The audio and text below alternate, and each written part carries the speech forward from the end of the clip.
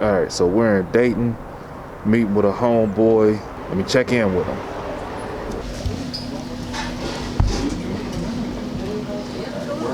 That's Tyler.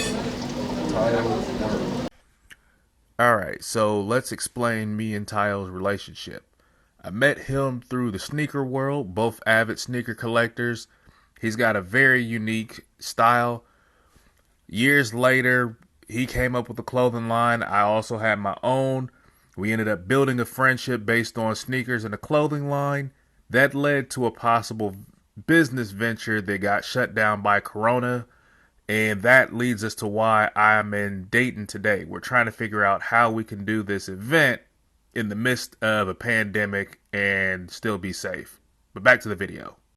So I'm hoping that your chimichanga was cool. My burrito was alright. I'm messing with it. I need to run to the house, but before we run to the house, I need to drop something off real quick. Alright, cool. I'm gonna go ahead and follow. That's cool. Bet.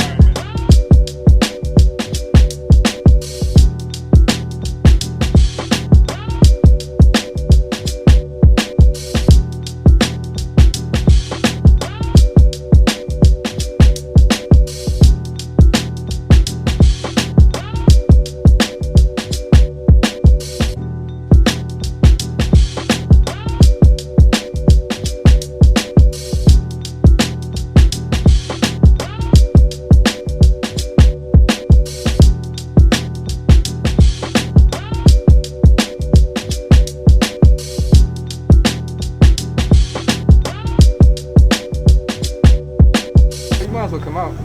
Alright, let me go ahead and turn the car off. Alright, hold on. Bet.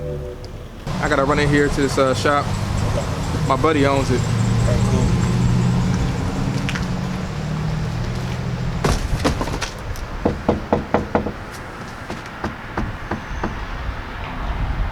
We do know it's wintertime, right? Yeah. But I got a key. You got the key Yeah, I got a key. to his shop. It's a nice friend.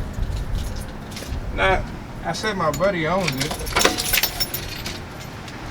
But sometimes I can speak in third person. The buddy is me.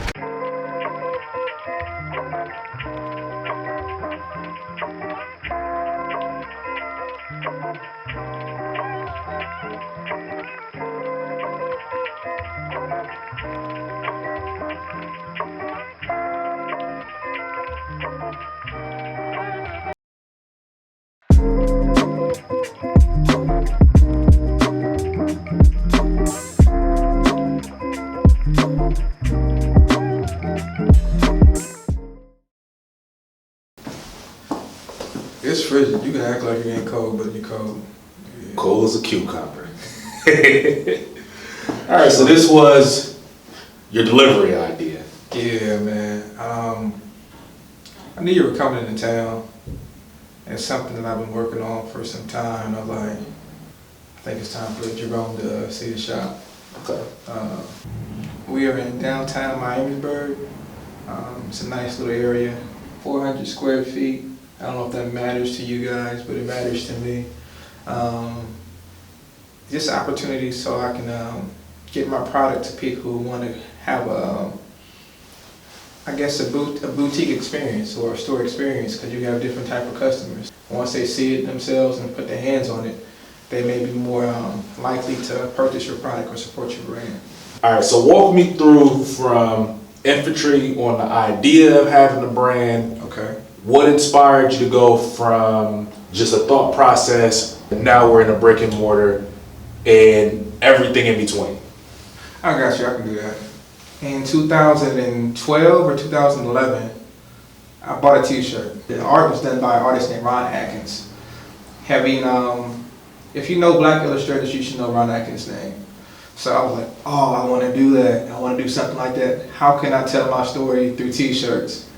And I decided to use Dwayne Wayne's character from A Different World as my muse, because I used to watch the show when I was younger, and he was the first time I was able to see myself on the show.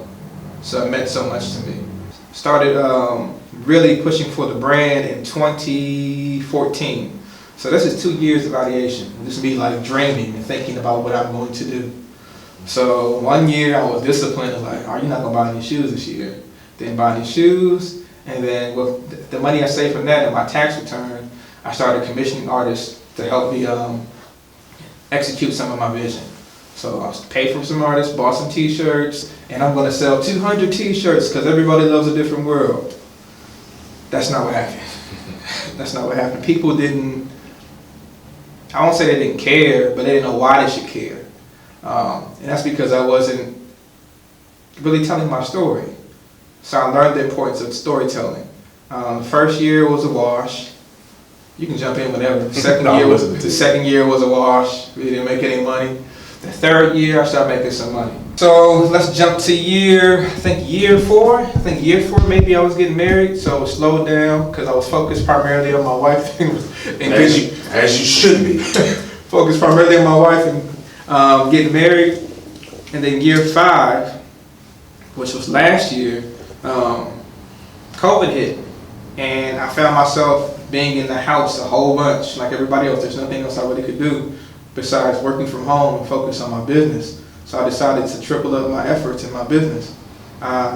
Connecting with more people, influencers or people with common interest, seeding my brand to people who identified with it, getting it in the right hands. And I just saw that, I think it's because people were at home too. They didn't have enough to do besides spending money. My sales grew exponentially. The whole Corona season, you said you've seen impact financially from different customers. Most of it has been online. Yeah. Now, what is your expectation your first year in a brick and mortar in order to call it successful to you? But I say success for me in this space, number one, driving in customers that look like me in this area. But for this space that I'm right now, I want to cover my rent, cover all my utilities. That's success to me for the first year. Things, and anything you want to show the camera that people will know will physically be in the location March 14th or earlier? Well, these cream human sweatsuits are moving. So if I have any left, you'll be able to physically purchase them at the opening. Yeah, you're watching the video, so it is what it is. On the 14th, I'll have some varsity jackets as well that I've been working on. So those are going to be in store, in person, only in the beginning. So you have to come here to get the jackets. And they're going to be well made. It's going to be worth your money. It's going to be worth it. It's going to be worth your investment. It's going to be something that you can wear for the next 10 years. So look for more sweatsuits. I'm waiting on my character tees. And I'm actually going to have socks available too, because I'm big on socks. Socks are important. So if you don't want to spend $125 or $130 on a sweatsuit, maybe you can find some socks for 10 or 15. I'll have something for you. You just gotta come out. We'll see y'all March 14th. March 14th.